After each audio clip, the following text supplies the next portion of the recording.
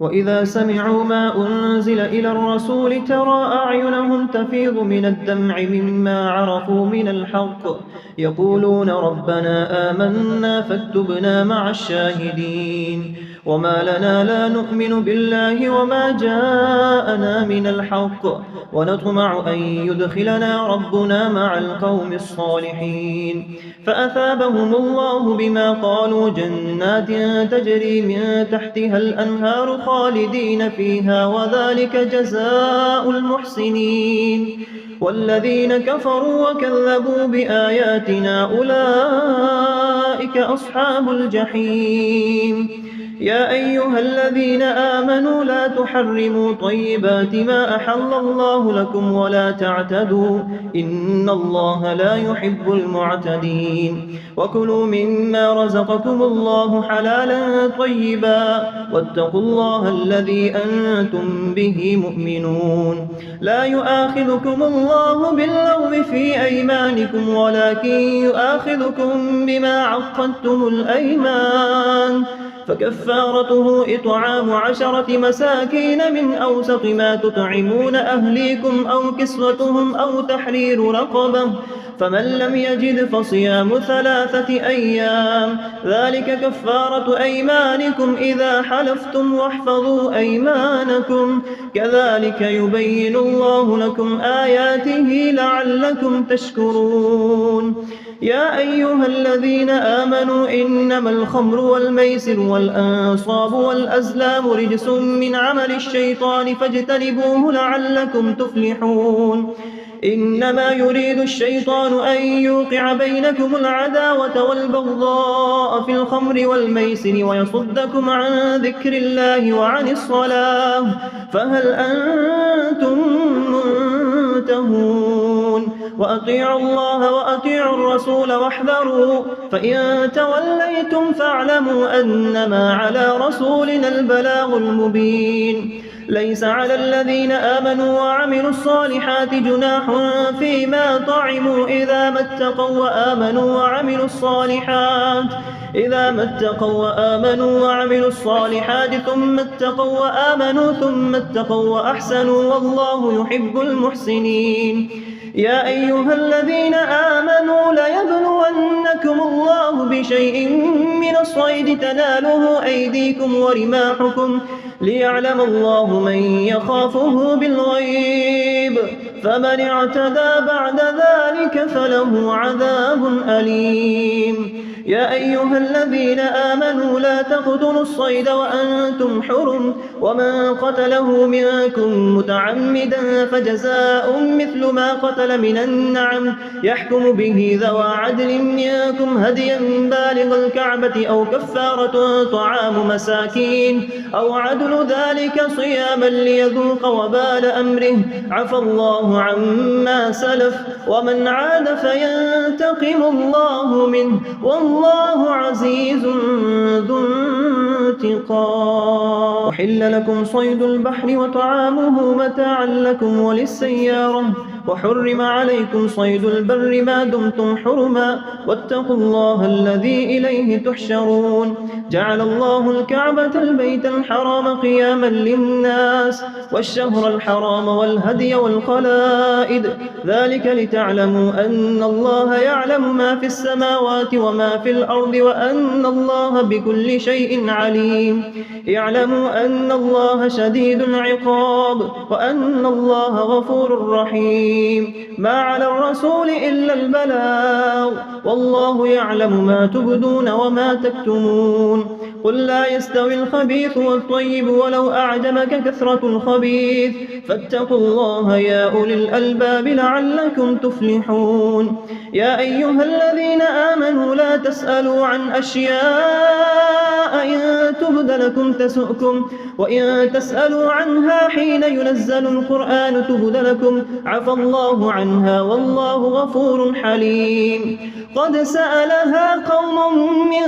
قبلكم ثم أصبحوا بها كافرين ما جعل الله من بحيرة ولا سائبة ولا وصيلة ولا حام ولكن الذين كفروا يفترون على الله الكذب وأكثرهم لا يعقلون وإذا قيل لهم تعالوا إلى ما أنزل الله وإلى الرسول رأيت المنافقين وإذا قيل لهم تعالوا إلى ما أنزل الله وإلى الرسول قالوا حسبنا ما وجدنا عليه آباءنا أولو كان آباؤهم لا يعلمون شيئا ولا يهتدون يا أيها الذين آمنوا عليكم أنفسكم لا يضركم من ضل إذا اهتديتم إلى الله مرجعكم جميعا فينبئكم بما كنتم تعملون يا أيها الذين آمنوا شهادة بينكم إذا حضر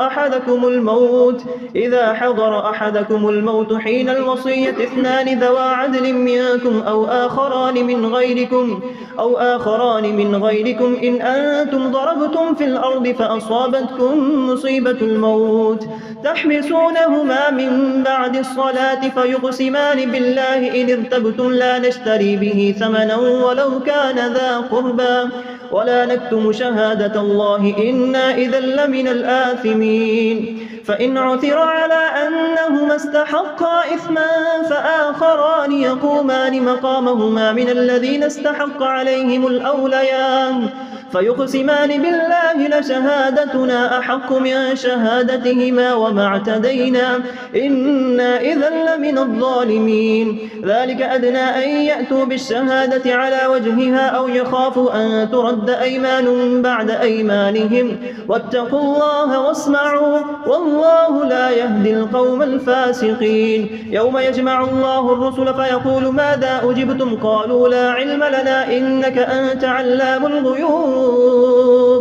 إذ قال الله يا عيسى ابن مريم اذكر نعمتي عليك وعلى والدتك إذ أيدتك بروح القدس تكلم الناس في المهد وكهلا وإذ علمتك الكتاب والحكمة والتوراة والإنجيل وإذ تخلق من الطين كهيئة الطير بإذني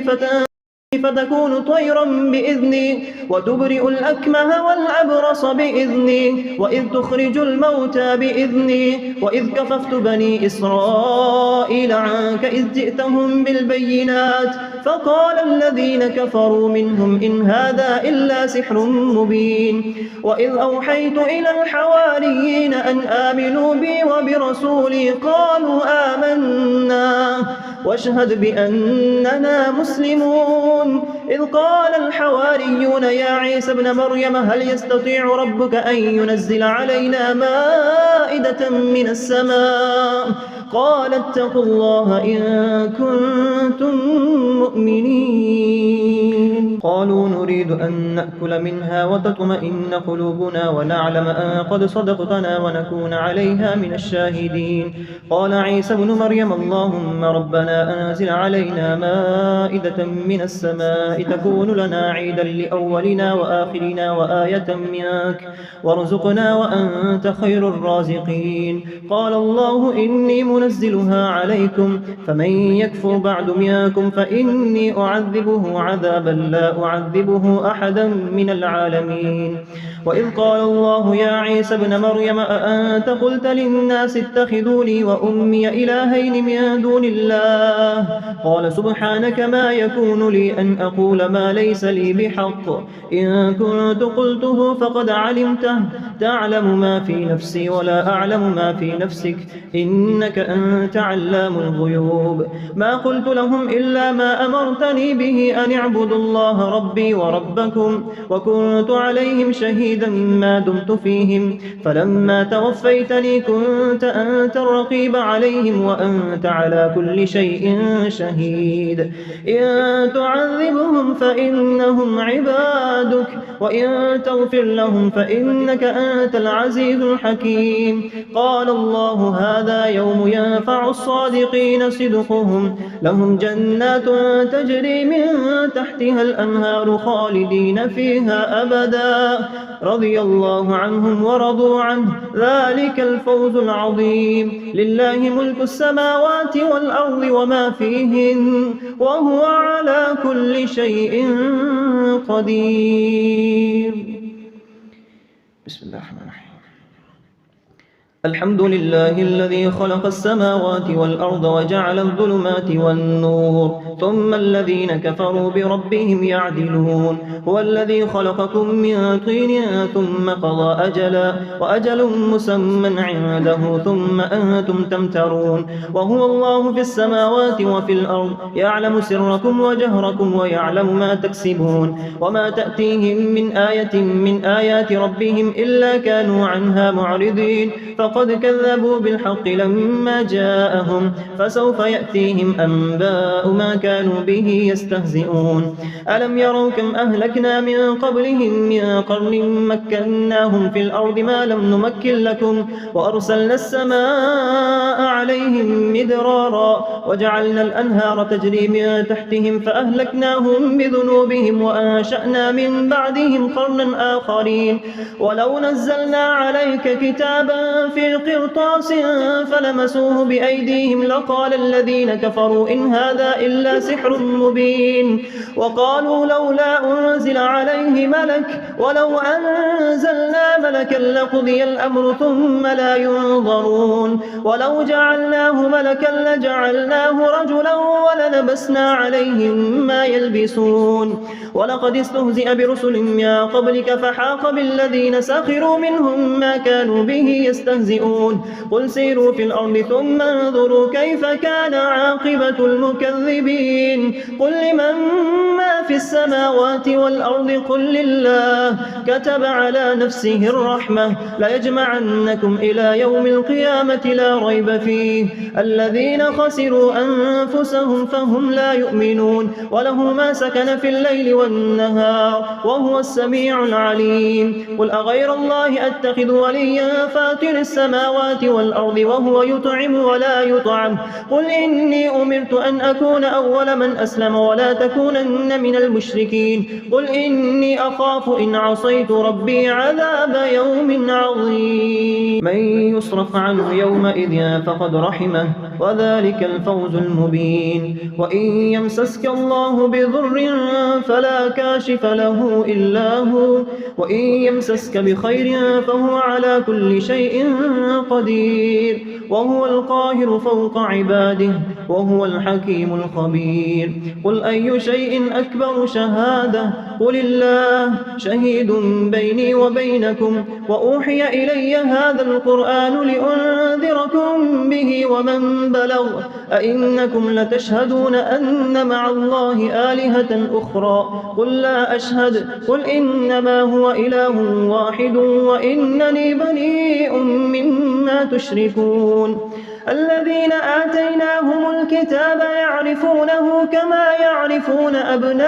أبناءهم الذين خسروا أنفسهم فهم لا يؤمنون. ومن أظلم ممن افترى على الله كذبا أو كذب بآياته إنه لا يفلح الظالمون. ويوم نحشرهم جميعا ثم نقول للذين أشركوا أين شركاؤكم الذين كنتم تزعمون ثم لم تكن فتنتهم إلا أن قالوا والله ربنا ما كنا مشركين. انظر كيف كذبوا على أنفسهم وضل عنهم ما كانوا يفترون. ومنهم من يستمع إليك وجعلنا على قلوبهم أكنة أن يفقهوه وفي آذانهم وقرا وإن يروا كل آية لا يؤمنوا بها حتى إذا جاءوك يجادلونك يقول الذين كفروا إن هذا إلا أساطير الأولين. وهم ينهون عنه وينأون عنه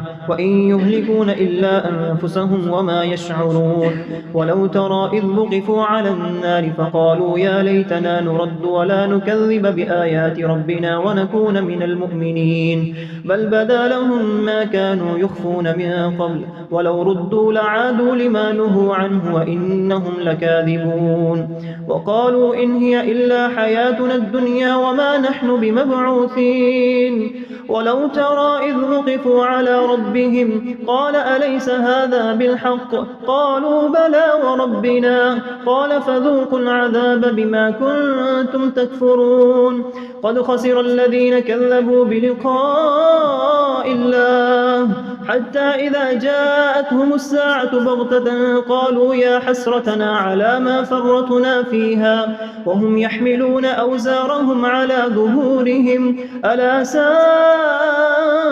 ما يذرون وما الحياة الدنيا إلا لعب ولهو وللدار الآخرة خير للذين يتقون أفلا تعقلون قد نعلم إنه ليحزنك الذي يقولون فإنهم لا يكذبونك ولكن الظالمين بآيات الله يجحدون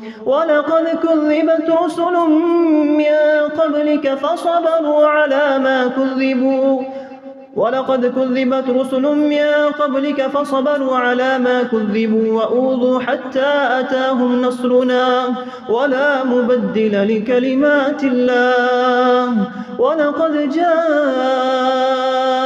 من نبأ المرسلين وإن كان كبر عليك إعراضهم فإن استطعت أن تبتغي نفقا في الأرض أو سلما في السماء فتأتيهم بآية ولو شاء الله لجمعهم على الهدى فلا تكونن من الجاهلين إنما يستجيب الذين يسمعون والموتى يبعثهم الله ثم إليه يرجعون وقالوا لولا نزل عليه آية من ربه قل إن الله قادر على أن ينزل آية ولكن أكثرهم لا يعلمون وما من دابة في الأرض ولا طائر يطير بجناحيه إلا أمم أمثالكم ما فرطنا في الكتاب من شيء ثم إلى ربهم يحشرون والذين كذبوا بآياتنا صم وبكم في الظلمات من يشاء الله يضلله ومن يشاء يجعله على صراط مستقيم قل أرأيتكم إن أتاكم عذاب الله أو أتتكم الساعة أغير الله تدعون إن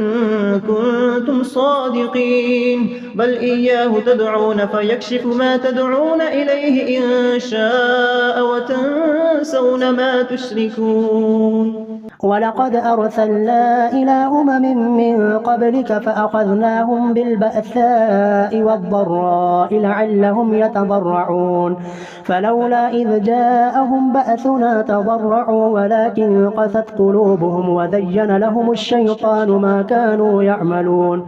فلما نسوا ما ذكروا به فتحنا عليهم أبواب كل شيء حتى إذا فرحوا بما أوتوا أخذناهم بغتة فإذا هم مبلسون فقطع دابر القوم الذين ظلموا والحمد لله رب العالمين قل أرأيتم إن أخذ الله سمعكم وأبصاركم وختم على قلوبكم من إله غير الله يأتيكم به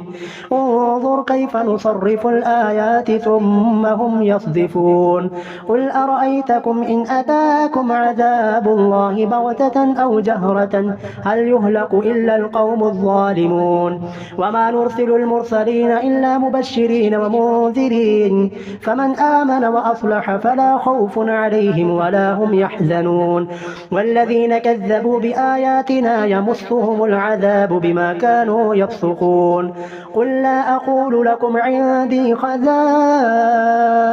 الله ولا أعلم الغيب ولا أقول لكم إني ملك إن أتبع إلا ما يوحى إلي قل هل يستوي الأعمى والبصير أفلا تتفكرون وأنذر به الذين يخافون أن يحشروا إلى ربهم ليس لهم من دونه ولي ولا شفيع لعلهم يتقون ولا تطرد الذين يدعون ربهم بالغداة والعشي يريدون وجهه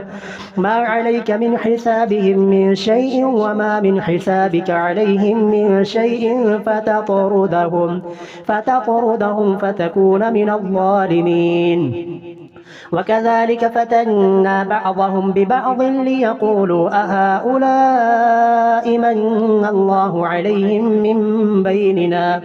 أليس الله بأعلم بالشاكرين وإذا جاءك الذين يؤمنون بآياتنا فقل سلام عليكم كتب ربكم على نفسه الرحمة أنه من عمل منكم سوءا بجهالة ثم تاب من بعده وأصلح فأنه غفور رحيم وكذلك نفصل الآيات ولتستبين سبيل المجرمين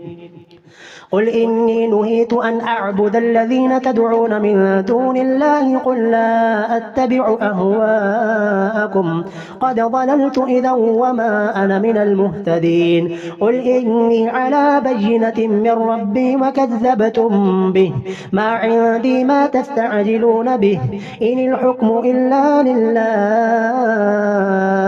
يقص الحق وهو خير الفاصلين قل لو أن عندي ما تستعجلون به لقضي الأمر بيني وبينكم والله أعلم بالظالمين وعنده مفاتح الغيب لا يعلمها إلا هو ويعلم ما في البر والبحر وما تسقط من ورقة إلا يعلمها ولا حبة في ظلمات الأرض ولا رطب ولا يابس إلا في كتاب مبين وهو الذي يتوفاكم بالليل ويعلم ما جرحتم بالنهار ثم يبعثكم فيه ليقضى أجل مسمى ثم إليه مرجعكم ثم ينبئكم بما كنتم تعملون وهو القاهر فوق عباده ويرسل عليكم حفظه حتى إذا جاء أحدكم الموت توفته رسلنا وهم لا يفرطون ثم ردوا إلى الله مولاهم الحق وهو أسرع الحاسبين قل من ينجيكم من ظلمات البر والبحر تدعونه تضرعا وخفية لئن أنجانا من هذه لنكونن من الشاكرين قل الله ينجيكم منها ومن كل كرب ثم أنتم تشركون قل هو القادر على أن يبعث عليكم عذابا من فوقكم أو من تحت أرجلكم أو يلبسكم شيعا ويذيق بعضكم بأس بعض انظر كيف نصرف الآيات لعلهم يفقهون وكذب به قومك وهو الحق قل لست عليكم بوكيل لكل نبأ مستقر وسوف تعلمون وإذا رأيت الذين يخوضون في آياتنا فأعرض عنهم حتى يخوضوا في حديث غيره وإما ينسينك الشيطان فلا تقعد بعد الذكرى مع القوم الظالمين وما على الذين يتقون من حسابهم من شيء ولكن ذكرى لعلهم يتقون وذر الذين اتخذوا دينهم لعبا ولهوا وغرتهم الحياة الدنيا وذكر به أن تبسل نفس بما كسبت ليس لها من دون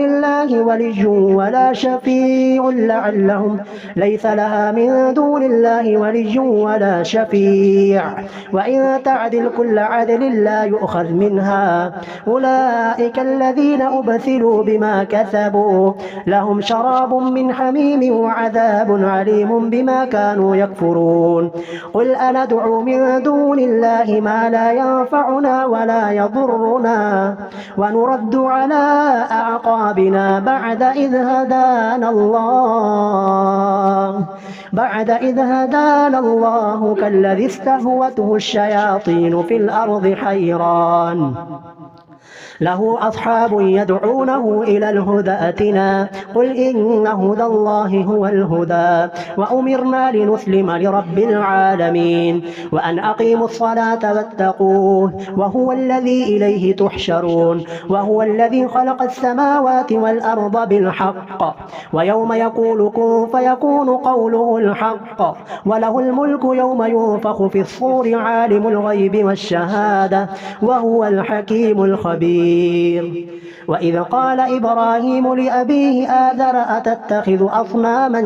آلهة إني أراك وقومك في ضلال مبين. وكذلك نري إبراهيم ملكوت السماوات والأرض وليكون من الموقنين. فلما جن عليه الليل رأى كوكبا قال هذا ربي فلما أفل قال لا أحب الآفلين. فلما رأى القمر بازغا قال هذا ربي فلما أفل قال لئن لم يهدني ربي لأكونن من القوم الضالين. فلما رأى الشمس بازغة قال هذا ربي هذا أكبر. فلما أفلت قال يا قوم إني بريء مما تشركون إني وجهت وجهي للذي فطر السماوات والأرض حنيفا وما أنا من المشركين. وحاجه قومه قال أتحاجوني في الله وقد هدان ولا أخاف ما تشركون به إلا أن يشاء ربي شيئا وسع ربي كل شيء علما أفلا تتذكرون. وكيف أخاف ما أشركتم ولا تخافون أنكم أشركتم بالله ما لم ينزل به عليكم سلطانا فأي الفريقين أحق بالأمن إن كنتم تعلمون. الذين آمنوا ولم يلبسوا إيمانهم بظلم أولئك لهم الأمن وهم مهتدون. وتلك حجتنا آتيناها إبراهيم على قومه نرفع درجات من نشاء إن ربك حكيم عليم. ووهبنا له إسحاق ويعقوب كلا هدينا ونوحا هدينا من قبل ومن ذريته داود وسليمان وأيوب ويوسف وموسى وهارون وكذلك نجزي المحسنين. وزكريا ويحيى وعيسى وإلياس كل من الصالحين وإسماعيل واليسع ويونس ولوطا وكلا فضلنا على العالمين. ومن آبائهم وذرياتهم وإخوانهم واجتبيناهم وهديناهم إلى صراط مستقيم. ذلك هدى الله يهدي به من يشاء من عباده ولو أشركوا لحبط عنهم ما كانوا يعملون. أولئك الذين آتيناهم الكتاب والحكم والنبوة فإن يكفر بها هؤلاء فقد وكلنا بها قوما ليسوا بها بكافرين. أولئك الذين هدى الله فبهداه مقتده قل لا أسألكم عليه أجرا إن هو إلا ذكرى للعالمين. وما قدروا الله حق قدره إذ قالوا ما أنزل الله على بشر من شيء قل من أنزل الكتاب الذي جاء به موسى نورا وهدى للناس تجعلونه قراطيس تبدونها وتخفون كثيرا وعلمتم ما لم تعلموا أنتم ولا آباؤكم قل الله ثم ذرهم في خوضهم يلعبون. وهذا كتاب أنزلناه مبارك مصدق الذي بين يديه ولتنذر أم القرى ومن حولها والذين يؤمنون بالآخرة يؤمنون به وهم على صلاتهم يحافظون. ومن أظلم ممن افترى على الله كذبا أو قال أوحي إلي ولم يوحى إليه شيء ومن قال سأنزل مثل ما أنزل الله ولو ترى إذ الظالمون في غمرات الموت والملائكة باسطوا أيديهم أخرجوا أنفسكم اليوم تجزون عذاب الهون بما كنتم تقولون على الله غير الحق وكنتم عن آياته تستكبرون ولقد جئتمونا فرادا كما خلقناكم أول مرة وتركتم ما خولناكم وراء ظهوركم وما نرى معكم شفعاءكم الذين زعمتم أنه فيكم شركاء لقد تقطع بينكم وضل عنكم ما كنتم تزعمون إن الله فالق الحب والنوى يخرج الحي من الميت ومخرج الميت من الحي ذلكم الله فأنى تؤفكون فالق الإصباح وجعل الليل سكنا والشمس والقمر حسبانا ذلك تقدير العزيز العليم وهو الذي جعل لكم النجوم لتهتدوا بها في ظلمات البر والبحر قد فصلنا الآيات لقوم يعلمون وهو الذي أنشأكم من نفس واحدة فمستقر ومستودع قد فصلنا الآيات لقوم يفقهون وهو الذي أنزل من السماء ماء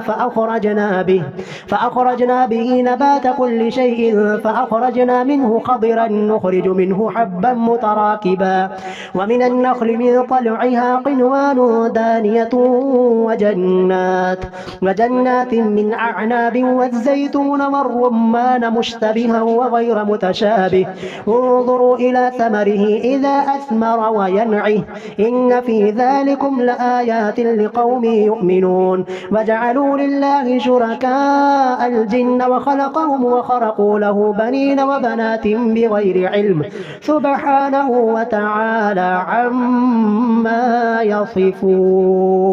بديع السماوات والأرض أنى يكون له ولد ولم تكن له صاحبة وخلق كل شيء وهو بكل شيء عليم ذلكم الله ربكم لا إله إلا هو خالق كل شيء فاعبدوه وهو على كل شيء وكيل لا تدركه الأبصار وهو يدرك الأبصار وهو اللطيف الخبير قد جاءكم بصائر من ربكم فمن أبصر فلنفسه ومن عمي فعليها وما أنا عليكم بحفيظ وكذلك نصرف الآيات وليقولوا درست ولنبينه لقوم يعلمون اتبع ما أوحي إليك من ربك لا إله إلا هو وأعرض عن المشركين ولو شاء الله ما أشركوا وما جعلناك عليهم حفيظا وما أنت عليهم بوكيل ولا تسبوا الذين يدعون من دون الله فيسبوا الله عدوا بغير علم كذلك زينا لكل أمة عملهم ثم إلى ربهم مرجعهم فينبئهم بما كانوا يعملون وأقسموا بالله جهد أيمانهم لئن جاءتهم آية ليؤمنن بها قل إنما الآيات عند الله وما يشعركم أنها إذا جاءت لا يؤمنون ونقلب أفئدتهم وأبصارهم كما لم يؤمنوا به أول مرة ونذرهم في طغيانهم يعمهون.